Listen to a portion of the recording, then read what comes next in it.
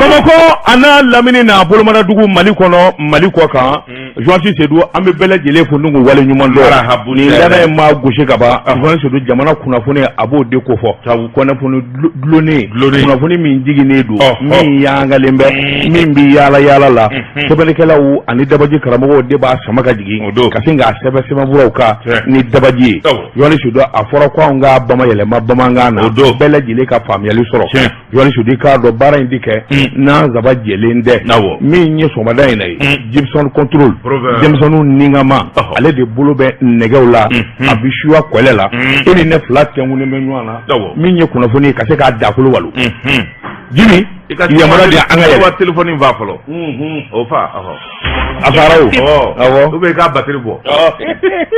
Jekafo k'a ka préférence lakodɔn Sabatubara naam ni cɛ in ye foli kɛ maa kana laminɛ n'a ma foli kɛ dun i t'i yɛrɛ ye i bolo don Joansi Seydou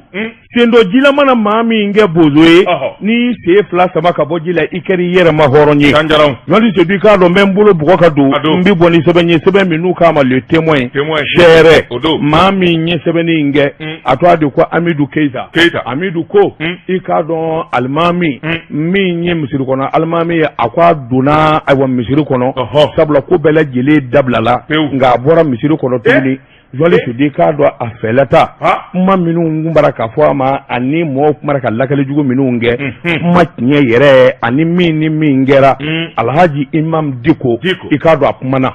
sɛbɛnnikɛla ko a kun ye tabale gosi ka malidenw wele k'a fɔ k'a bɛna kuranɛ kalan kɛ ni ka dugawu don kɛ jamana ye i k'a dɔn o de labanna i k'a dɔn kunnafoni di la Joansi Seydou i k'a dɔn cɛbakɔrɔ dalen biɲɛ tanbarilen b'a la a bolo bɛ biɲɛ min kan sin o bɔgɔti ka bɔ a la i b'a sɔrɔ o de b'a ne kan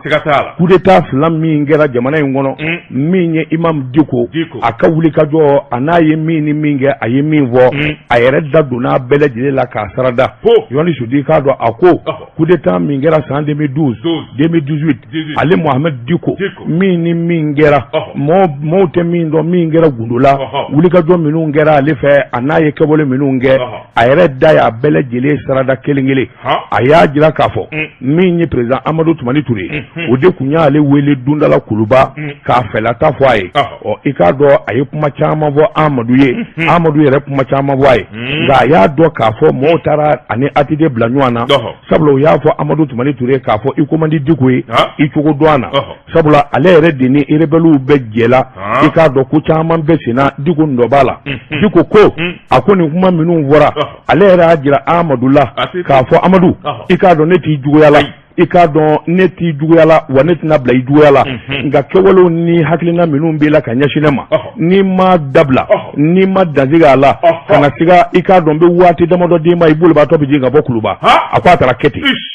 sɛbɛnnikɛla ko a ko Mahamudu Diko ko imam a ko min ye Ibrahim Boubacar Keita ye a n'o ka di sabula IBK hinɛ kun b'a la IBK a ye gɛlɛya caman sɔrɔ jamana in kɔnɔ u gɛrɛla ɲɔgɔn na don min maa si den kelen tɛ IBK fɛ yen ale de kun b'a lataama ale de kun bɛ taa baro a ko nka min ye wulikajɔ ni jateminɛw ye a ye dabali ni fɛɛrɛ bɛɛ lajɛlen tigɛ Ibrahim Boubacar Keita ka fanga sɔrɔ fanga sɔrɔlen kɔfɛ Ibrahim Boubacar Keita i k'a dɔn a laban nana filiba kɛ fili ninnu kɔni fɛn caman bɛ yen a dɛsɛr'o ma nka kuma kolomayɔrɔ ye min ye Ibrahim Boubacar Keita muso n'a denw olu y'a don fili la fili in laban nana kɛ gɛlɛya ye maa dɔw sera ale ma Imam Diko n'i ma wuli i k'a dɔn ayiwa i terikɛ a bɛna jamana ci i sigilen ɲɛna ale ye wulikajɔw boloda i k'a dɔn ka taama o boloda nka tiɲɛtiɲɛni ka tiɲɛ na a kun t'a fɛ IBK ka bɔ fanga na a tun bɛ min nɔfɛ Assemblée nationale ka ten i k'a dɔn cɛkɛda gouvernement o fana ka dakolondi a ko a ye nin den ɲini ayiwa min ye Ibrahim Boubacar Keita ye a ma sɔn a y'a kɛ tulo gɛlɛya ni jagɛlɛya ye a laban nana a ka Ala deli i k'a dɔn a y'a fɔ Ibrahim Boubacar Keita wa i ka fanga banna sabula n bɛna n ka Ala deli Ala tɛ ban ne bolo a ye Ala deli Ibrahim Boubacar Keita ka fanga nana ɲɔngiri Mahamudu Diko an bɛ ɲɔgɔn na ni mankan kɔni tasu na ka taa rebelliw bɛɛ jɛla i k'a dɔn ko caman bɛ senna Diko nɔ b'a la Diko ko a ko nin kuma minnu fɔra ale yɛrɛ y'a jira Amadou la k'a fɔ Amadou i k'a dɔn ne t'i juguya la i k'a dɔn ne t'i juguya la wa ne tɛna bila i juguya la nka kɛwalew ni hakilina minnu b'i la ka ɲɛsin ne ma n'i ma dabila n'i ma dansigi a la ka na siga i k'a dɔn n bɛ waati damadɔ d'i ma i bolo b'a tɔ bɛ jigin ka bɔ kuluba a ko a taara kɛ ten sɛbɛnnikɛla ko a ko Mahamadu Diko ko imam a ko min ye Ibrahim Boubacar Keita ye a n'o ka di sabula IBK hinɛ kun b'a la IBK a ye gɛlɛya caman sɔrɔ jamana in kɔnɔ u gɛrɛla ɲɔgɔn na don min maa si den kelen tɛ IBK fɛ yen ale de kun b'a lataama ale de kun t'a baro a ko nka min ye wulikajɔ ni jateminɛw ye a ye dabali ni fɛɛrɛ bɛɛ lajɛlen tigɛ Ibrahim Boubacar Keita ka fanga sɔrɔlen kɔfɛ Ibrahim Boubacar Keita i k'a dɔn a laban nana filiba kɛ fili ninnu kɔni fɛn caman bɛ yen a dɛsɛr'o ma nka kuma kolomayɔrɔ ye min ye Ibrahim Boubacar Keita muso n'a denw olu y'a don fili la fili in laban nana kɛ gɛlɛya ye maa dɔ sera ale ma Imam Diko n'i ma wuli i k'a dɔn i terikɛ a bɛna jamana ci i sigilen ɲɛna ale ye wulikajɔw boloda i k'a dɔn ka taama o boloda nka tiɲɛ ka tiɲɛ na a kun t'a fɛ IBK ka bɔ fanga na a tun bɛ min nɔfɛ Assemblée nationale ka ten i k'a dɔn cɛkɛda gouvernement o fana ka dakolondi a ko a ye nin den ɲini min ye Ibrahim Boubacar Keita ye a ma sɔn a y'a kɛ tulogɛlɛya ni jagɛlɛya ye a laban nana a ka Ala deli i k'a dɔn a y'a fɔ Ibrahim Boubacar Keita wa i ka fanga banna sabula n bɛna n ka Ala deli Ala tɛ ban ne bolo a ye Ala deli Ibrahim Boubacar Keita ka fanga nana ɲɔngiri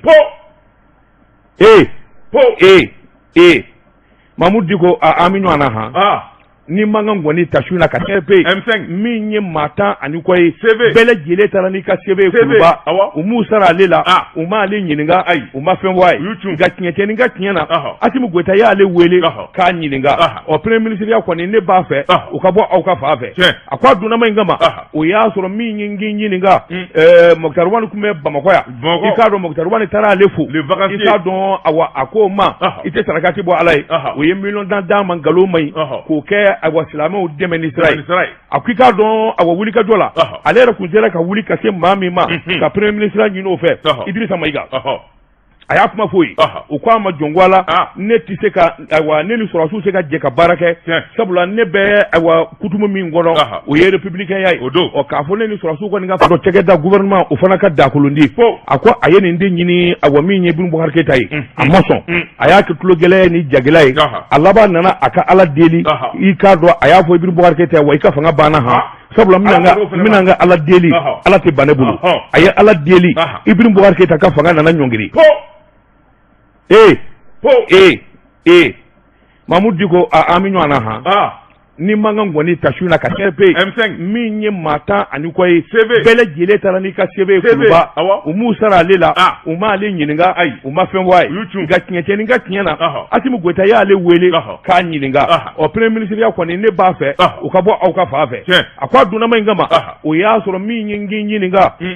Mokhtar Wani kun bɛ Bamakɔ ya i k'a dɔn Mokhtar Wani taara ale fo i k'a dɔn a ko ma i tɛ sarakati bɔ ala ye o ye million d'a ma nkalon ma ɲi k'o kɛ awa silamɛw dɛmɛ ni sira ye a ko i k'a dɔn awa wulikajɔ la ale yɛrɛ kun sera ka wuli ka se maa min ma ka premier ministre ɲini o fɛ Idrissa Maïga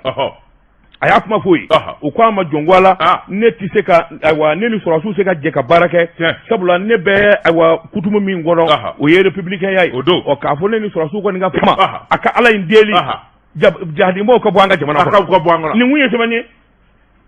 nin kun ye sɛbɛn ye an ye min bɔ le témoin kɔnɔ sɛɛrɛ ko Mokhtar wari ye joli di e ko million joli ko dila ka million d'a ma ka taa kɛ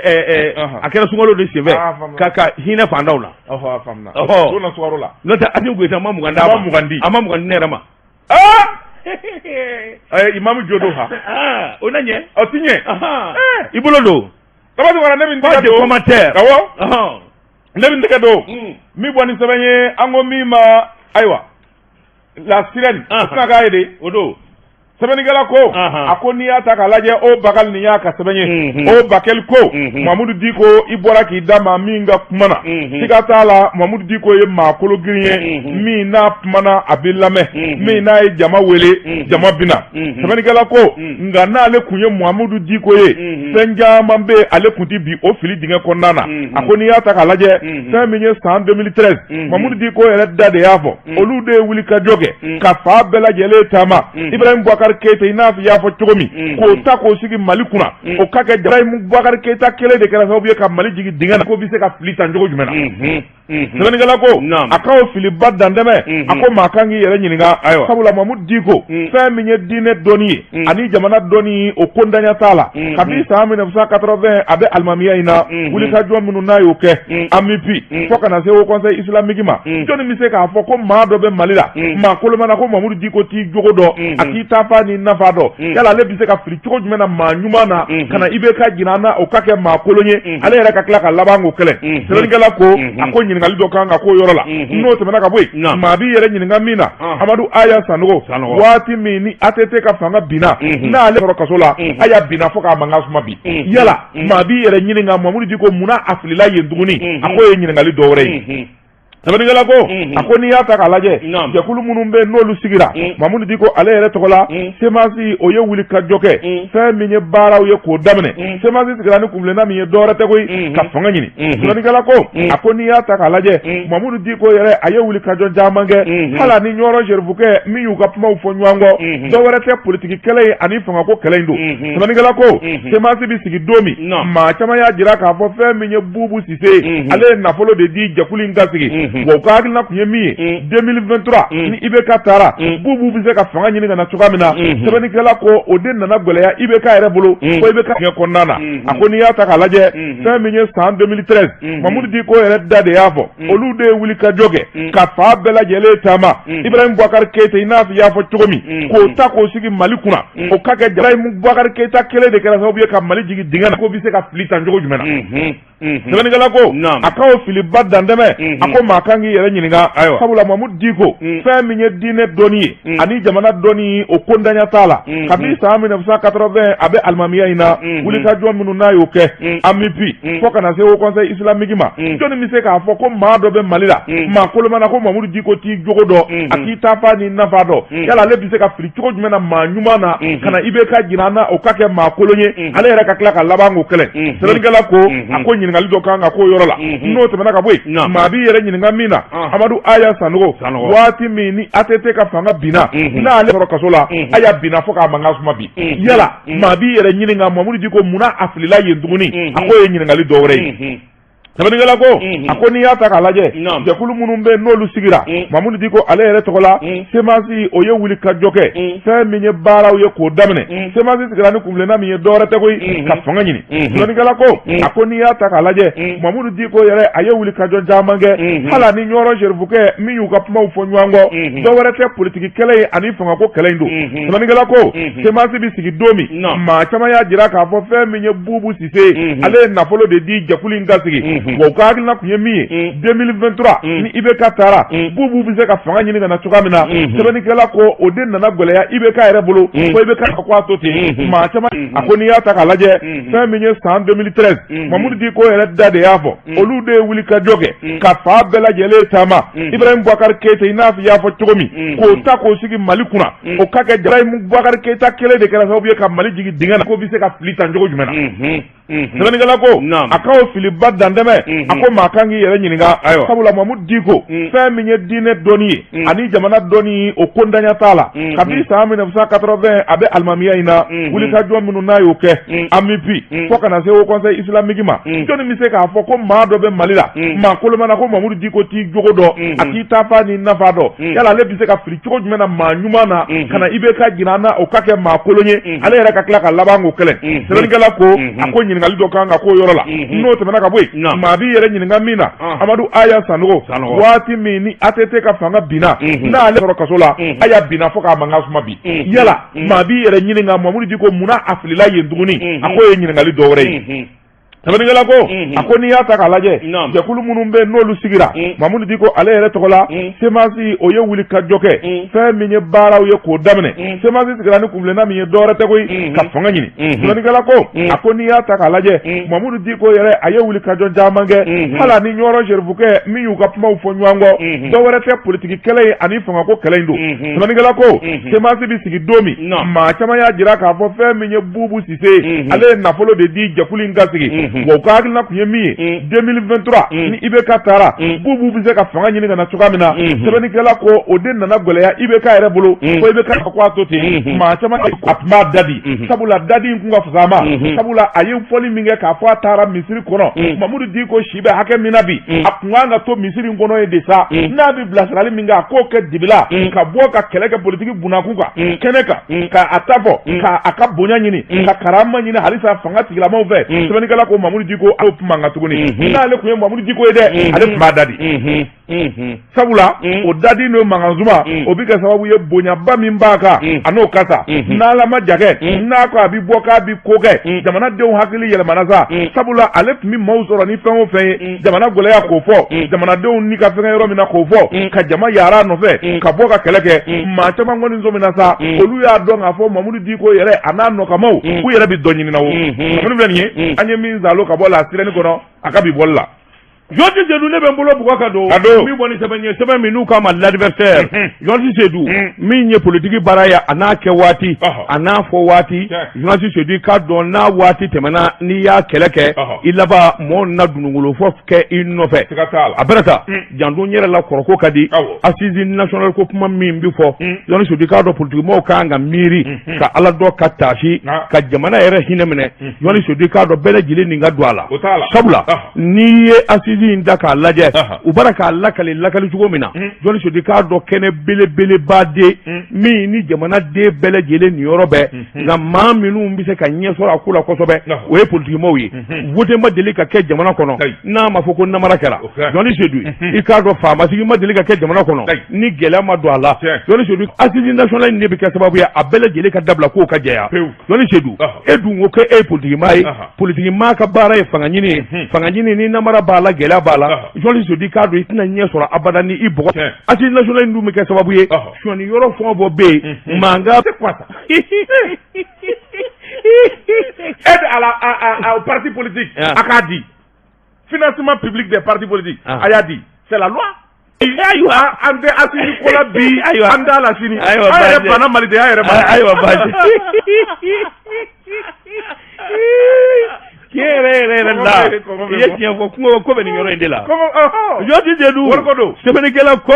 a ko parti politigiw banni ka don i da ye min fɔ o don maa min dabara jɛlen bɛ a ɲɛ kandi a ko nka Jɔnti Seydou k'a dɔn jamana jɔli waati dɔw bɛ na n'i banna ka don jamana in b'i jɔ i kɔfɛ walima a bɛ k'i kɔkolo ka gaki a k'i k'a dɔn i kana sigi o fana na a ko n'o tɛ jateminɛnenw ani sɛgɛsɛgɛlikɛla ani kodɔnnaw assise nationale ba min n'a kan ka kɛ kan'a kɛ maa ko ye ko tɛ Choguel ko kala Mayiga ko tɛ Jɔnti Seydou k'a miiri k'a bila jamana dilanyɔrɔ la sabula a fɔra k'e da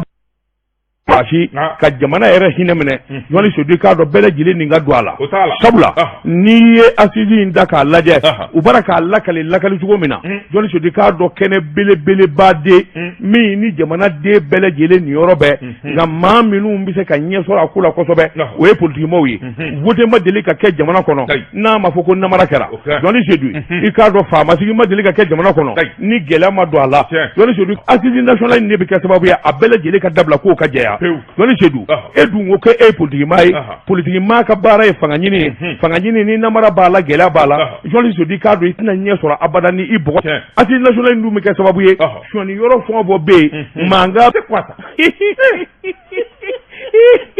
aide à au parti politique a k'a di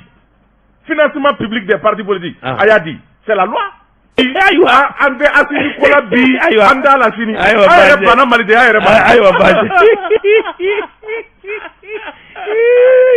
yɛrɛ la i ye tiɲɛ fɔ kungo ko bɛ nin yɔrɔ in de la Jɔnti Seydou sɛbɛnnikɛla ko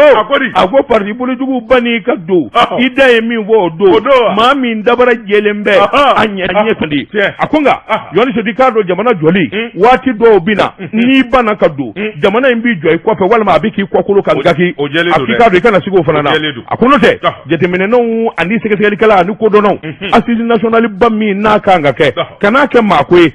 ko tɛ Choguel ko kala Mayiga ko tɛ Jɔnti Seydou k'a miiri k'a bila jamana dilanyɔrɔ la sabula a fɔra k'e da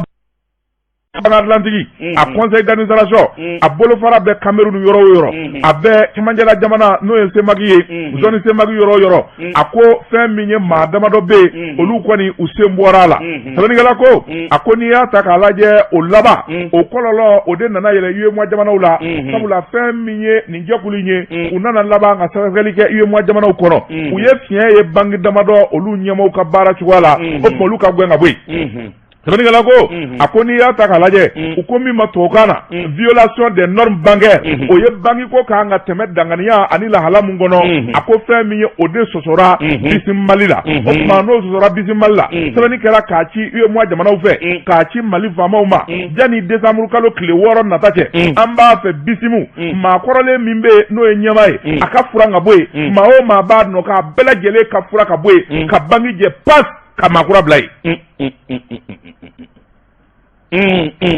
ale ɲɛmaa ye jɔnni ye de Daniel Touré sɛbɛnnikɛla ko Daniel Touré a taacogo de filɛ nin ye o tuma a ye kini kɛ ka wagasili kɛ sabula fɛn min ye banguw ye u n'u de bɛ ɲɔgɔn na koyi bisimu bɛ jɛkulubaw de kɔnɔ ni jɛkulu ɲɛmɔgɔ ko i ka taa ka bɔ yen i bɛ donna sɛbɛnnikɛla k'o yɔrɔnin bɛɛ fɛn min kɔni ye Mali min bancaire o ye banque ko kan ka tɛmɛ danganiya ani lahala mun kɔnɔ a ko fɛn min ye o de sɔsɔra bisi Mali la o tuma n'o sɔsɔra bisi Mali la sɛbɛnni kɛra k'a ci UEMOA jamanaw fɛ k'a ci Mali faamaw ma yanni décembre kalo tile 6 nata cɛ an b'a fɛ bisimu maa kɔrɔlen min bɛ yen n'o ye ɲɛmaa ye a ka furan ka bɔ yen maa o maa b'a nɔ k'a bɛɛ lajɛlen ka fura ka bɔ yen ka banque jɛ pas ka maakura bila yen ale ɲɛmaa ye jɔnni ye de Daniel Touré sɛbɛnnikɛla ko Daniel Touré a taacogo de filɛ nin ye o tuma a ye kini kɛ ka wagasili kɛ sabula fɛn min ye banguw ye u n'u de bɛ ɲɔgɔn na koyi bisimu bɛ jɛkulubaw de kɔnɔ ni jɛkulu ɲɛmɔgɔ ko i ka taa ka bɔ yen i bɛ donna sɛbɛnnikɛla k'o yɔrɔnin bɛɛ fɛn min kɔni ye Mali min ɲɛmaaya la a ka tɛmɛ ni baara ye n b'o danganiya ɲini sabula jamana de ka banque in kɔnɔ jamana de ka action ka bɔ o tuma ne bɛ min ɲini o de ye k'a fɔ Lafiya Koyita o ka ta ka kɛ banque ɲɛmaa ye sɛbɛnnikɛla ko a ko n'i y'a ta k'a lajɛ o kuma min fɛnɛ fɔra o bɛna taa lawaleya conseil d'administration n'olu ye lajɛ kɛ o bɛna taa lawaleya bisim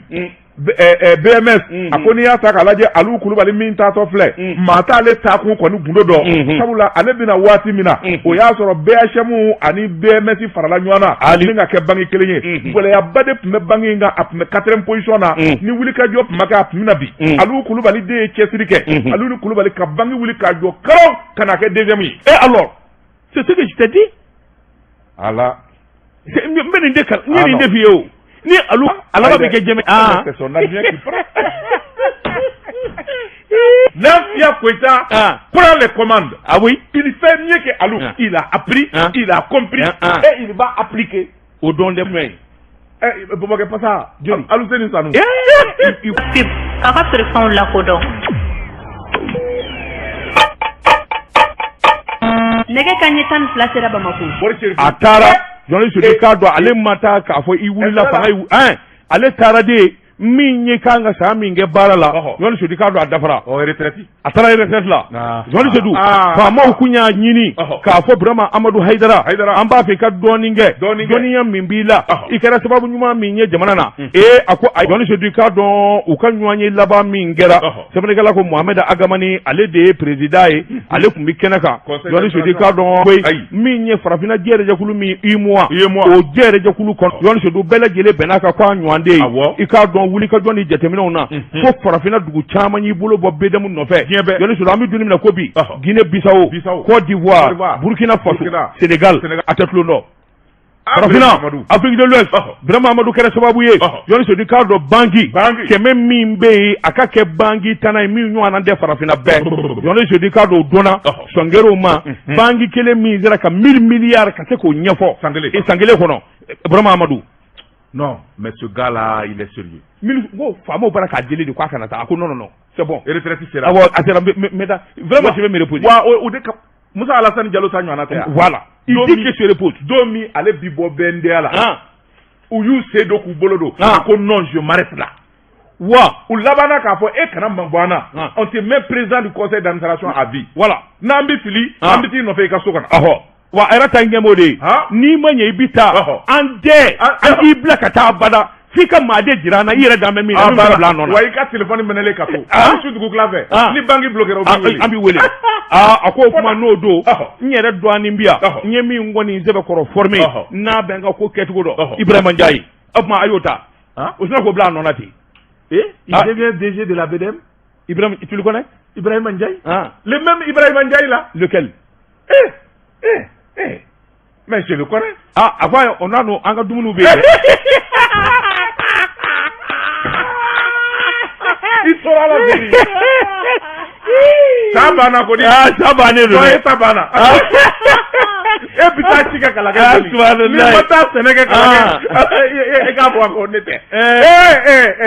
Ika abonnement ni nunu. Apa be annulé. Brahma Amadou Kele directeur.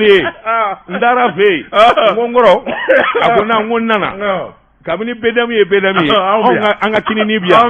ni na ne filɛ nin somaya t'a la dɛ ni ye n ka kini in tigɛ an bɛ diɲɛ ɲɔgɔn ye dɛ a ko a ye dɔgɔ a b'a nɔ na. an b'a fɔ Ibrahima Ndiaye ye a fɔ Ibrahima Ndiaye ye an ka kini bɛ yen a k'i ka to da a k'o to yen dɛ. mais je le connais. a fɔ on a an ka dumuniw bɛ yen. Il sera là vérité. Sabana kodi. Sabane do. Toi sabana. Et puis ta chica kalaga. Subhanallah. Ni mata seneke kalaga. E ka bo ko nete. Ika abonnement ni nunu. Apa be annulé. Brahma Amadou Kele directeur. Ndara fe. Ngongoro. Akona ngonnana.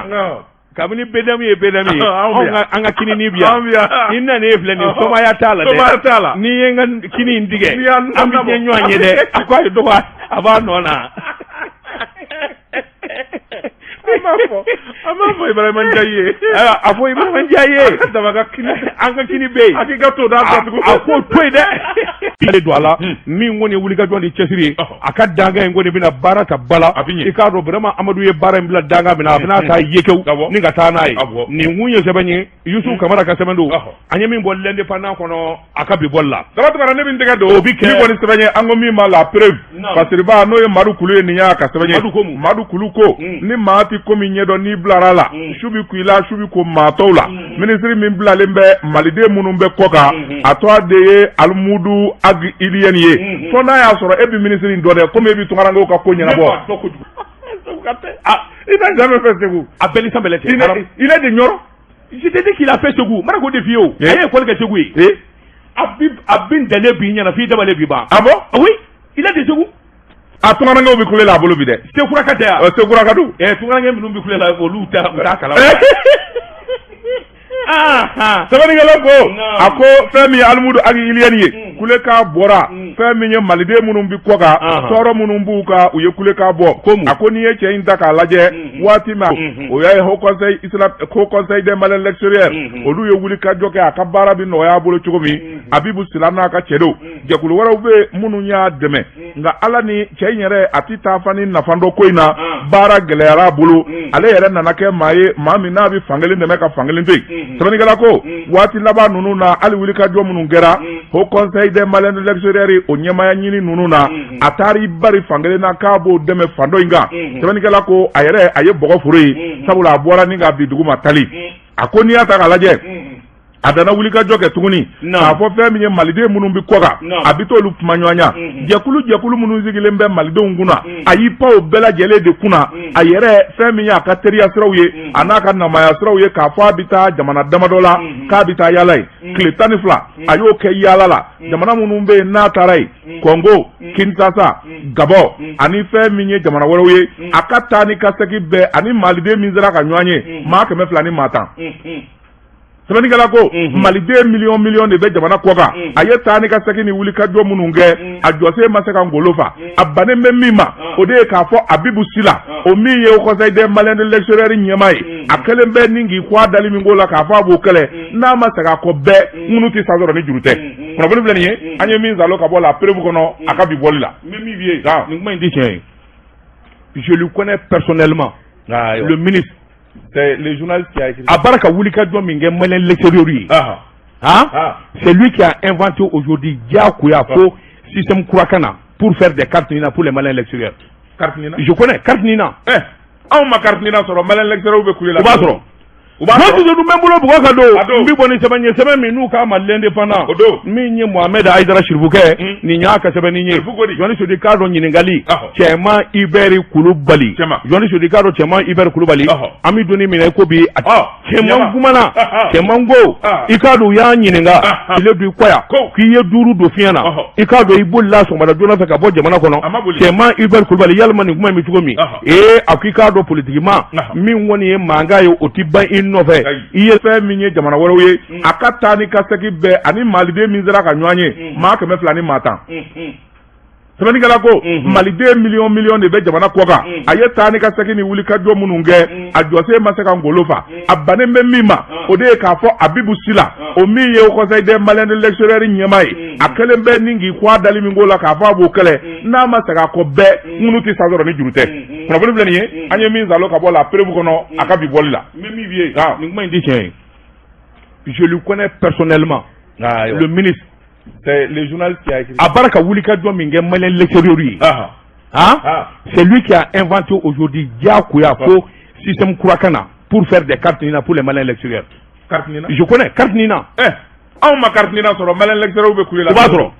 Moi, je nous même boulot pour cadeau. Mbi boni semaine nous ka mal indépendant. Min ye Mohamed Aïdara Shirbuke ni nya ka semaine ni. Joni so de cadre nyiningali. Chema Iberi Kulubali. Joni so de cadre Chema Iberi Kulubali. Ami doni mina ko bi Chema Gumana. Chema Ngo. Ikado ya nyininga. Ile du kwaya. Ki ye duru do fiana. Ikado ibulla so mara jona fe ka bo jamana kono. Chema Iberi Kulubali yalma ni kuma mi tugomi.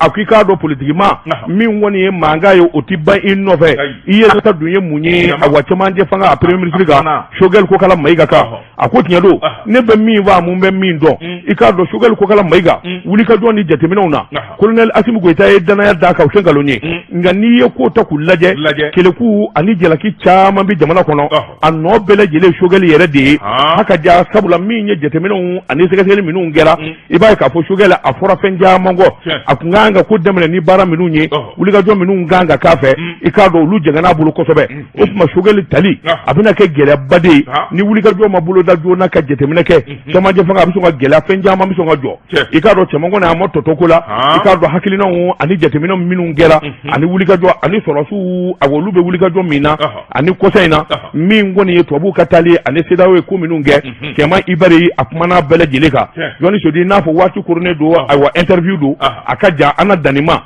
nka kuma koloma yɔrɔ ye min ye cɛman ko k'a ma boli Joni Sodi k'a dɔn a m'i dogo wa min ye ci de ye a b'o la n'o banna don o don jamana mɔgɔw mana k'a la hali sini sɔgɔmada n'u y'a wele ale bɛ na k'a ka na nin kun ye e mɔgɔ de b'a la merde ouais nin kun ye sɛbɛn ye moi j'ai besoin de lui pour un débat politique à la radio Bawuli là il peut venir n'i y'o fɔ a ye ayiwa k'a ka na an bɛ débat politique kɛ a radio Bawuli an b'a synchroniser Jekafo Mancha FM ani radio tɔ bɛɛ a k'a ka a ye nin avis min di par rapport à la gestion du pays a k'a fɔ malidenw ye bamananya jɛlen la. Moi je vais chercher son numéro a bɛ se ka interview kɛ hali k'a to yɔrɔ jan fɛ o.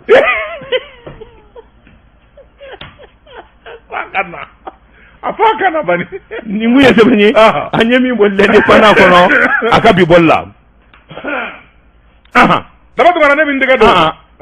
Tezara ɲɔgɔnna tɛ tew la. N'i ye dunu falen ye te kɔni kun na. te jigi fa fana bɛ yen dɛ. te Tezara jaabi. Jekafo k'a ka feerefɛnw lakodɔn.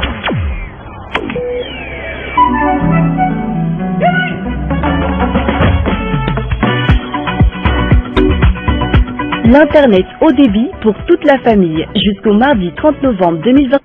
A k'a ka a ye nin avis min di par rapport à la gestion du pays a k'a fɔ malidenw ye bamananya jɛlen la. Moi je vais chercher son numéro a bɛ se ka interview kɛ hali k'a to yɔrɔ jan fɛ o.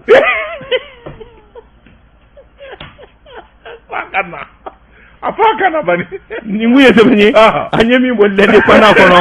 a ka bi bɔli la. daba tuma ne bɛ n tɛgɛ don. Tezara ɲɔgɔnna tɛ tew la. N'i ye dunu falen ye te kɔni kun na. te jigi fa fana bɛ yen dɛ. Tezara jaabi.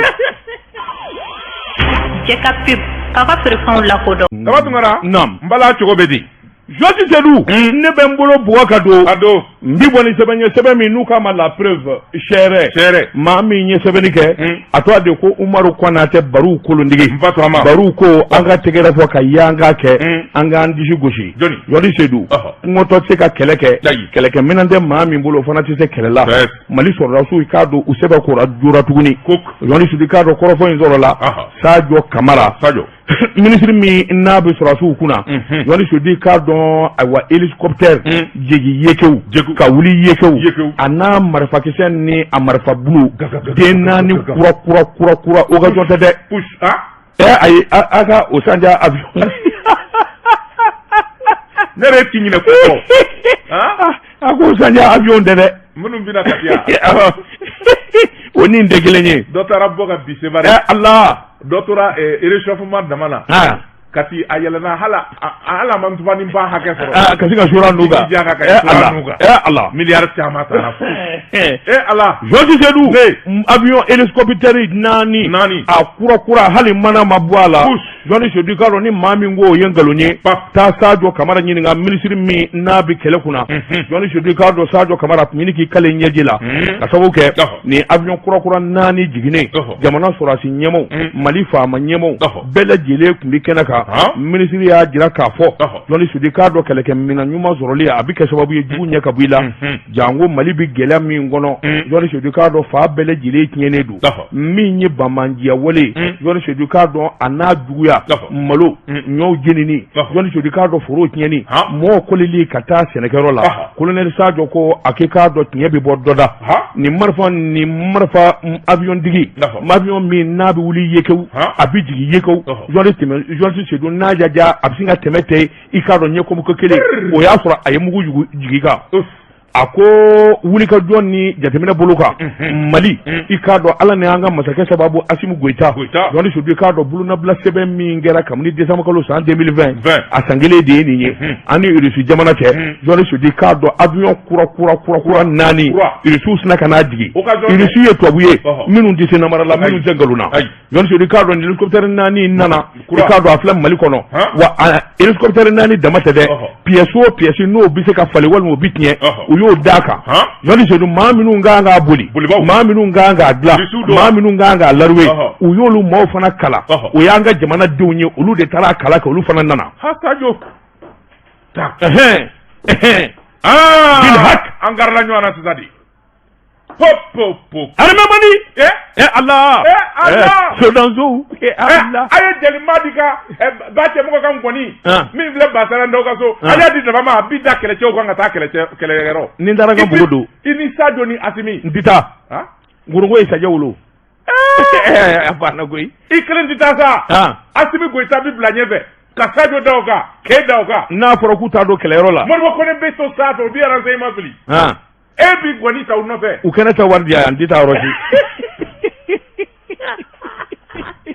n tɛ taa jeli minnu bɛ se o la jeli jitɔ ko jeli minnu bɛ se k'o kɛ ka taa ngɔni fɔ kɛlɛkɛyɔrɔ la o jeli banna koyi makɛ Mafa Wali Mafa Wali tani ka bagana n kɔrɔkɛ filɛ maa bɛ se o ngɔni na Senkɔrɔ Jabate ko ita fo jemo ala Basegu Kuyate o bɛ se ngɔni na garana jelikɛ maa bɛ se o ngɔni na ita fo olu ka taa bawudi fɔ ye n'u taara n ka npogo don a banna koyi Jɔji Seydou ɲama min ye Sadio Gassama asafurula Sadio Kamara a ko Jɔli Seydou k'a dɔn nin avion minnu nanen filɛ Ala sababu min y'an ka jamanakuntigi Asimu Goyita sababu Jɔli Seydou k'a dɔn avion kuru naani pankuru kuru naani miliyari 30 ni wɔɔrɔ dɔ mana ka dɔ tɔ dɛ a n'a a pièce de rechange dafali 36 milliards 4 hélicoptères aw ka waati la a ye joli feere a ma Allah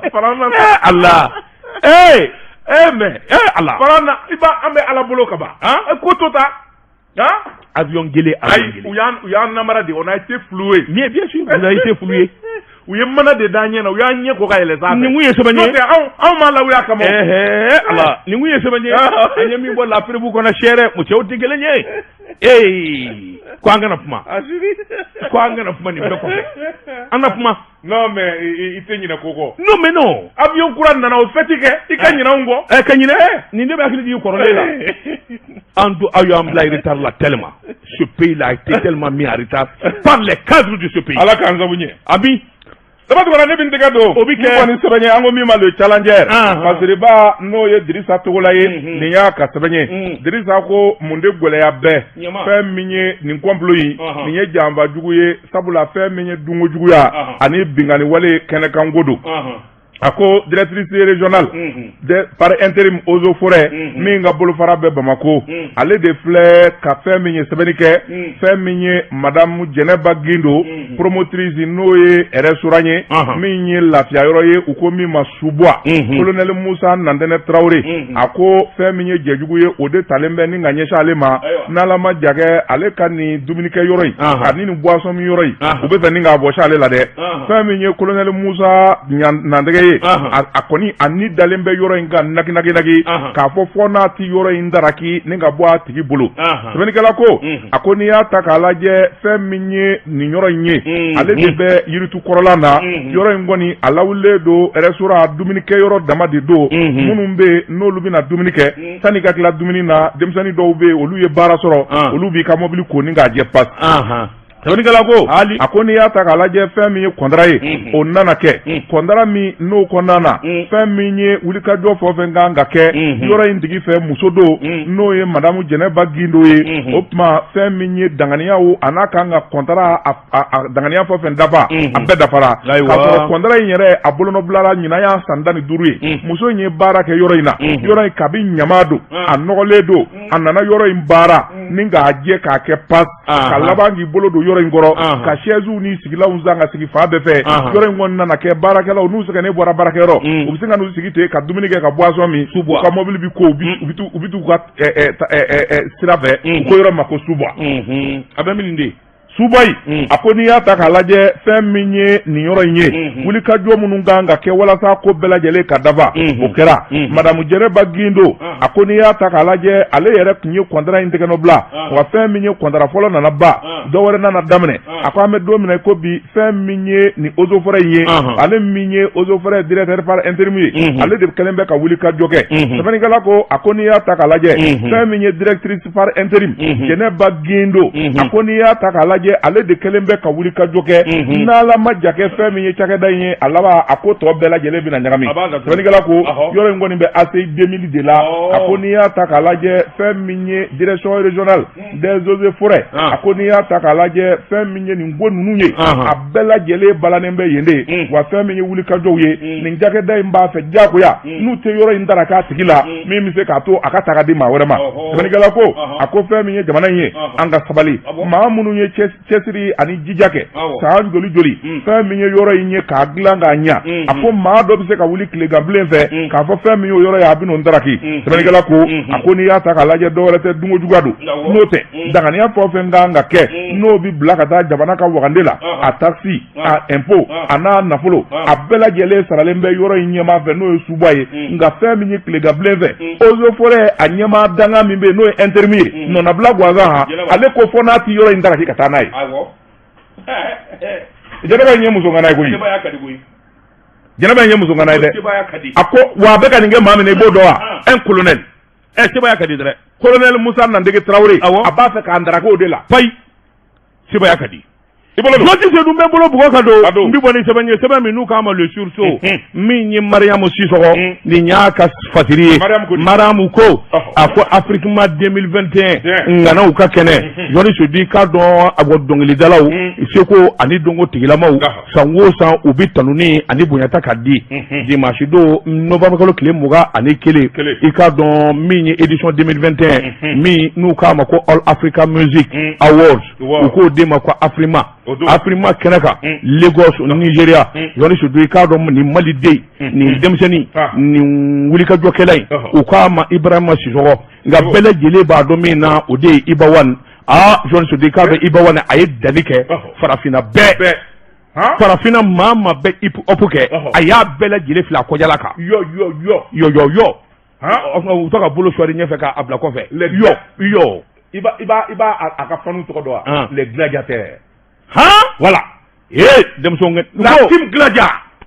wallahi ni nin kun y'anw sɔrɔ an ka denmisɛnninya la wala ne tun bɛ kɛ rapɛri maa yɛrɛ de bɛ maloya i mana t'i filɛ a kɛnɛ kan u ka na fɔ ko e ɲɔgɔnna baliku malo tɛ la u ka fɛn in ka di cogo min foyi man da u tile jara koyi diɲɛ dɔ de tun bɛ na arabu dɔnkili da wa awɔ ale si kɔrɔbayara ka kɔrɔbaya maloyara ne tun bɛ kɛ arapidala ye Josi Seydou sɛbɛnnikɛla ko Iba Wan a ko i k'a dɔn ayiwa bonya fɔ bɛ kɛnɛ kan min ye n k'i ɲininka ayiwa kupu o kupu kun bɛ yen trophée bɛ yen a kelen y'a bɛɛ lajɛlen a kelen a bɛɛ trophée 5 de ye a nana trophée 5 Iba a kelen y'a bɛɛ ta a y'a bɛɛ kɛ bɔrɔ ka na Mali la Iba ka dɔnkili dɔ k'a la dɛ nka ala kelen min tɛ ha dɔ k'a la dɛ kana k'a la dɛ n'i y'a k'a la nin tɛ nin de don awɔ nin de don Josi Seydou sɛbɛnnikɛla ko a k'i k'a dɔn farafinna dɔnkilidala kuraw a k'i k'a dɔn a bɔ Iba Wan kelen y'a bɛɛ kɛ u k'a ma musique urbaine musique urbaine du coupé décalé Josi Seydou ka bɔ Côte jamana na catégorie olu kɛra catégorie meilleur artiste ouest africain min ye Iba ye i k'a dɔn a bɔ trophée bɛ yen a kelen y'a bɛɛ lajɛlen ta ka wuli k'i jɔ n'a ye a k'i k'a dɔn réseaux sociaux minnu kɛlen bɛ k'a matarafa olu kɔni ye kunnafoni caman sɔrɔ wa Iba yɛrɛ a ye bonyamasegin de sɔrɔ jamana kɔnɔ sabula n k'i ɲininka hali premier ministre o y'a reçoit ministre de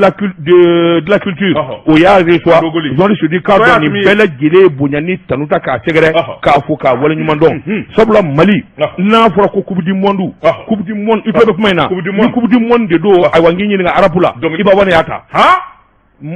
Mali filɛ ka coupe du monde sɔrɔ arabu la coupe du monde arabu jakoba dɔ koyi e t'a kalama o ko jɔn den n'o wa jɔn den Iba Wan c'est mon fils awɔ mais il est de Caille je ne suis pas de la famille Haminyanga oui je suis de Caille c'est mon fils mon fils ndé de do Idedo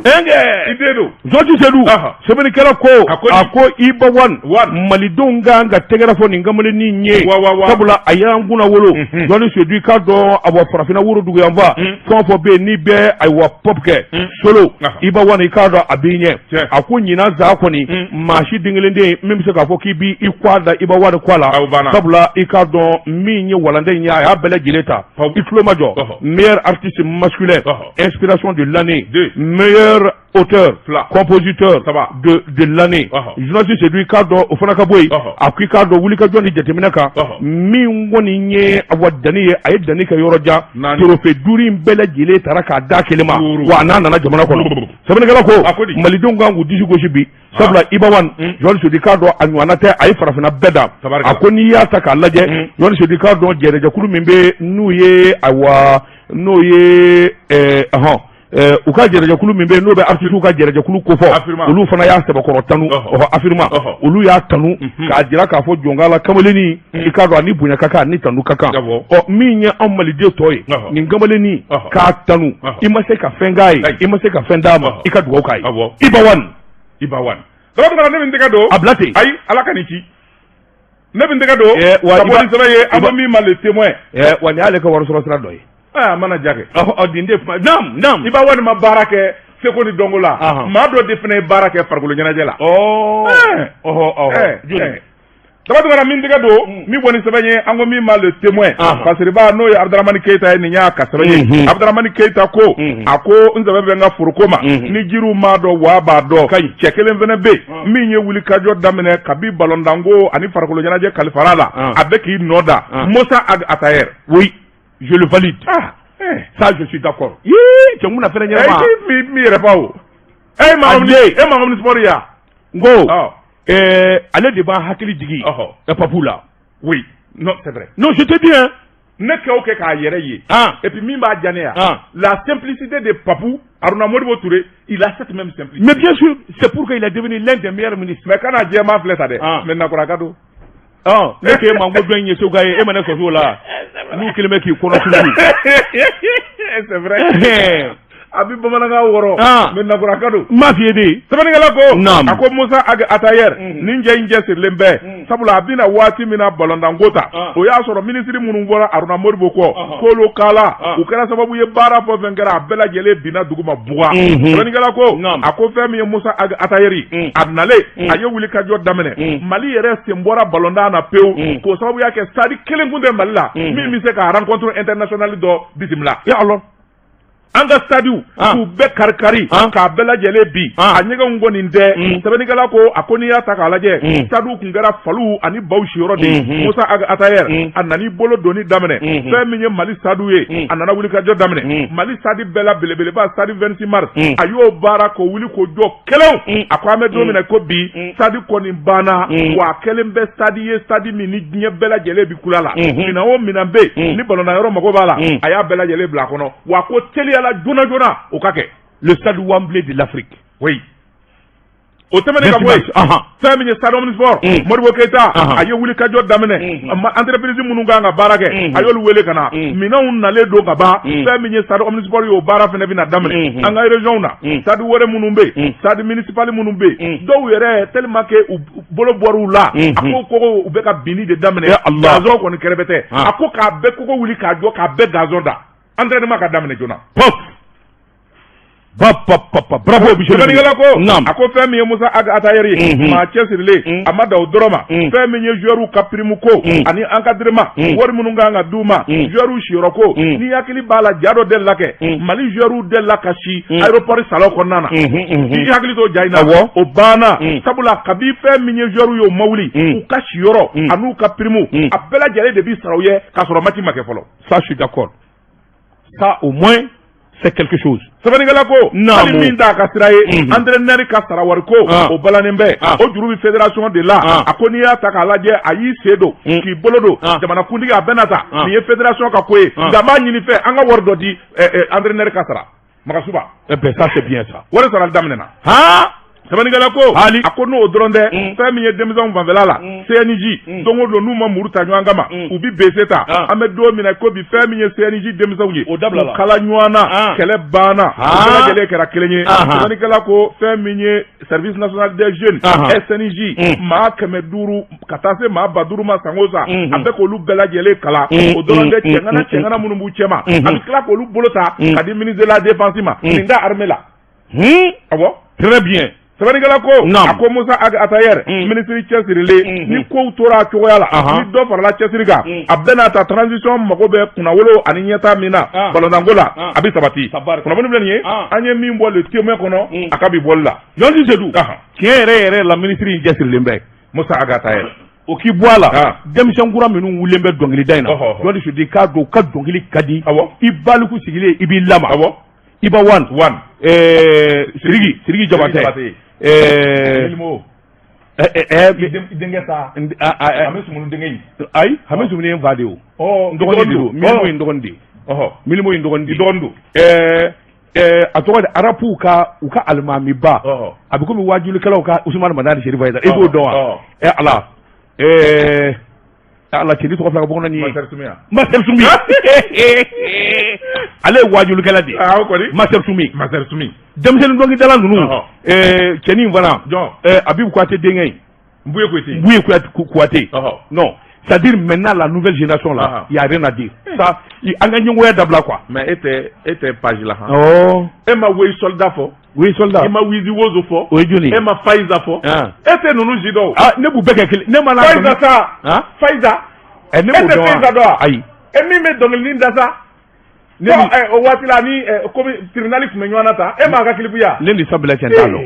le sedulu jido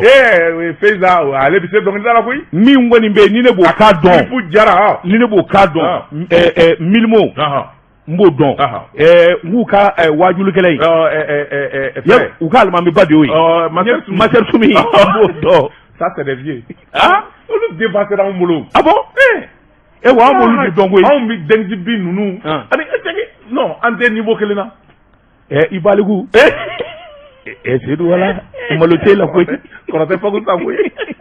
Jose di wati na ga wati ma se bita ba bla ya mi nye parikelaw ye I ka do burapele sidi u binu shoni da farigona je ka san so fana to ma do se bi ka ni gafe kele ka nege nye mugan nege nye mugan ni kele sanga bisaba ne bi se ka na kuma so kono bamananga ko jamu ka buluda madali touré ale bi fone ko ni ala sona sini sogoma ambiye ni kuma so kele ngono ni wati kele na sebe ko kraw ko lu buluda Gibson control ale bulu kun min negala journaliste du dabatungara wa assalam